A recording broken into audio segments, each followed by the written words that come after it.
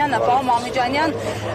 հայ առաքելական եկեղեցու թիրախավորման անդրադառնալով իշխանությունների, սա եթե դիտարկենք նախորդին Ստամբուլյան օրակարգերի համատեքստում, ուղիղ փոխկապակցվածություն տեսնում եք, նույն շղթայի մի օղակ է սա, թե սա այլ գործընթաց է։ Անհնար է փոխկապակցվածություն չտեսնել։ Շաբաթներ առաջ Փաշազադեն հայտարարեց, որ Էջմիածինը իրենց պատմական տարածքներն են եւ այլն, դրանից մի քանի օր անց Փաշինյանը սկսեց իր արշավը հայոց առաքելական սուրբ եկեղեցու վրա։ Գիտեք, այստեղ ճանապարհին գալուց մի միտք էր անդադար մտքումս պտտվում։ Եթե տարբեր թվականներին կային տարբեր մարդիկ, որոնք ասում էին հավատում էին, որ ինքը ինչ-որ լավ բան է անելու, կամ ասում էին, որ իրենց սա չի վերաբերվում։ Հիմա սա վերաբերվում է բառացիորեն բոլորին։ Փաշինյանը դուրս է եկել հայ առաքելական սուրբ եկեղեցուց, դուրս է եկել պետականության դեմ որպես այդպիսի, դուրս է եկել մեր բոլոր ազգային արժեքների դեմ։ Ես գիտեմ, որ ինքը ու իր նմանները, ինչպես պարոն Կարապետյանն էր ասել, իրոք մի փոքր խմբակ են, մարգինալների խմբակ են։ Մենք պետք է ապացուցենք, որ այդ խմբակը չի կարող մոռացության մատնել մեր բոլոր ազգային արժեքները։ Չկա մի մարդ, ում պայքարը սա այլևս չի։ Կարծում եմ, դա կունենա իր հետևանքները։ Պարոն Մամիջանյան, գալով նորից Ստամբուլյան օրակարգերին չկախնաձեռնվեց կամ այո, վերջին Եվ խնդրեմ պարզաբանեք, արդյոք սա ինչ-որ կոնկրետ հետևանքներ կունենա Հայաստանի Հանրապետության համար, ինչ պայմանավորվածությունների մասին է հնարավոր, որ խոսք է գնացել այնտեղ հանդիպման։ Տեսեք, մի քանի ամիս առաջ ես իմ գործընկերները հայտարարել էինք, որ Փաշինյանը Թուրքիային դարձնում է միջնորդ հայ-ադրբեջանական հարաբերություններում։ Ցավոք դա արդեն իրականություն է ու տեսանելի է բոլորի համար։ Տվյալներ այս պահին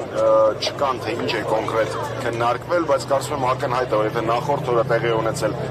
Թուրքիայի նախագահի եւ Ալիևի հանդիպումը, իսկ հաջորդ օրը Փաշինյանի եւ Թուրքիայի նախագահի հանդիպումը, ապա Թուրքիան արդեն իսկ ստանձել է միջնորդական առաքելություն։ Հարց համար 1. Վերանալով նույնիսկ մի պահ չքննարկելով, թե ինչ են պայմանավորվածությունները, մեզ ձեռ է տալիս, որ Թուրքիան լինի Հայաստանի եւ Ադրբեջանի միջև հարաբերությունների կարգավորման միջնորդ։ Զուտ այդ փաստի հետ ինչ-որ մեկը հաշտ է։ Ասում են այլընտրանք չունենք։ Այլընտրանք կային բազմաթիվ այլընտրանքներ, դրանցից մեկը գոյություն ունեցող Մինսկի խումբն է։ Իրավաբանորեն, իրավականորեն միջազգային իրավունքի կողմից ճանաչված միջազգային միավոր, վերպետական միավոր։ Հաջորդ հարցը, որը մենք ուզենք չուզենք, մեզ պիտի տանք։ Իսկ ինչ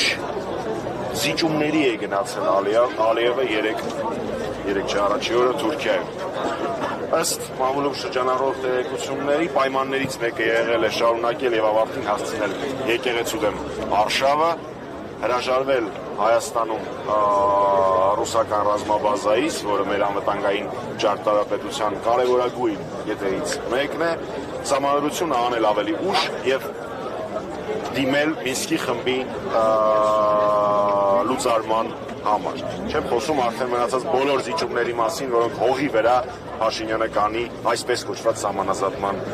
գործընթացով։ Այնպես որ ես մեր քաղաքացիներին շատ խնդրում եմ չենթարկվել Փաշինյանի ստեղծած մետա ճշմարտություններին, սթափ իրական գնահատել գործընթացները եւ գիտակցել, որ այս պահին հայ-ադրբեջանական հարաբերություններին միջնորդը եւ Փաշինյանի իշխանության պահպանման երաշխավորը Թուրքիան է։ Ես կարծում եմ մենք դրա հետ հաշտ չենք կարող լինել։ Առաջիկայում, որովհետև Ադրբեջանը եւ Թուրքիան մի քանի կողմից այսպես գործընթացներ են ձեռնարկել, ինչպես դուք նշեցիք, եւ միջնորդություն է Թուրքիայով արդեն իրականացվում, Բաքիակ եկեղեցու դեմ հստակ պահանջներ ներկայացված իրեն Փաշինյանը իրագործում։ Այս ամենը այս ամենը ուշ էր դեռևս 2018 թվականի ապրիլի 25-ից սկսած, դեռևս որ այդ հարցը ուշ չի լինի, ուշ էր դեռևս 2018-ի ապրիլի 25-ից, Հանրապետականը 2018-ի ապրիլի 25-ից պայքարում։ Մի քանի տրամաբանական կետերով գանք ինչա պետք է։ Կա մեկ տարբերակ իշխանապետությունը Փաշինյանին իշխանությունից հեռացնել։ Այլ որևէ լուծում գոյություն չունի։ Առաջին դեպքում։ Երկրորդ, դրան հասնելու ամենաիրատեսական հնարավոր, ամենահավանական տարբերակը իմպիչմենտի գործընթացն է, որը նախաձեռնել է Հանրապետական կուսակցությունը եւ պատիվորեն խմբակցությունը Դավիթ Համբարձումյանի տեխնացությամբ։ Ինչպես է դա արվելու։ Իհարկե բոլորիս համատեղ պայքարով։ Առանց լայն ժողովրդական կոնսոլիդացիայի այդ գործընթացը հնարավոր չէ։ Եվ դուք կարող եք տեսնել, թե Դավիթ Համբարձումյանի կոչով մեր բոլորի նախաձեռնությամբ արդեն իսկ ինչ-որ բազմություն է հավաքվել այս պահին իր աջակցությունը ցուցադրելու հանրաքելական Սուրբ եկեղեցուն, բայց վստահ եմ, որ այս բոլոր հավաքված մարդիկ ու հազարավոր այլ մարդիկ գիտակցում են, որ եկեղեցու դեմ արշավը եւ Փաշինյանի իշխանության մնալը փոխկապակցված իրադարձություններ են։ Ուստի եթե դու ուզում ես պաշտպանել եկեղեցին, ապա պիտի պայքարես Փաշինյանի հեռացման համար։ Բոլոր քաղաքական, բարդ վերլուծական տեքստերի ժամանակները վաղուց արդեն անցել են։ Ժամանակն է գործանել։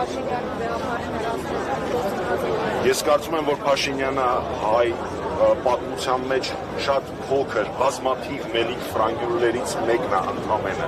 Եվ մի չնչին մելիք ֆրանգյուլ չի կարող պայքարի դուրս գալ լուսավորչի աթոռի, մեր համար սուրբ աթոռի դեմ։ Ուստի իհարկե ոչ չի հաջողվի, բայց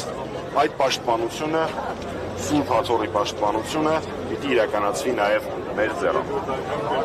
Շնորհակալ եմ։ Պարոն Աբրահամյան,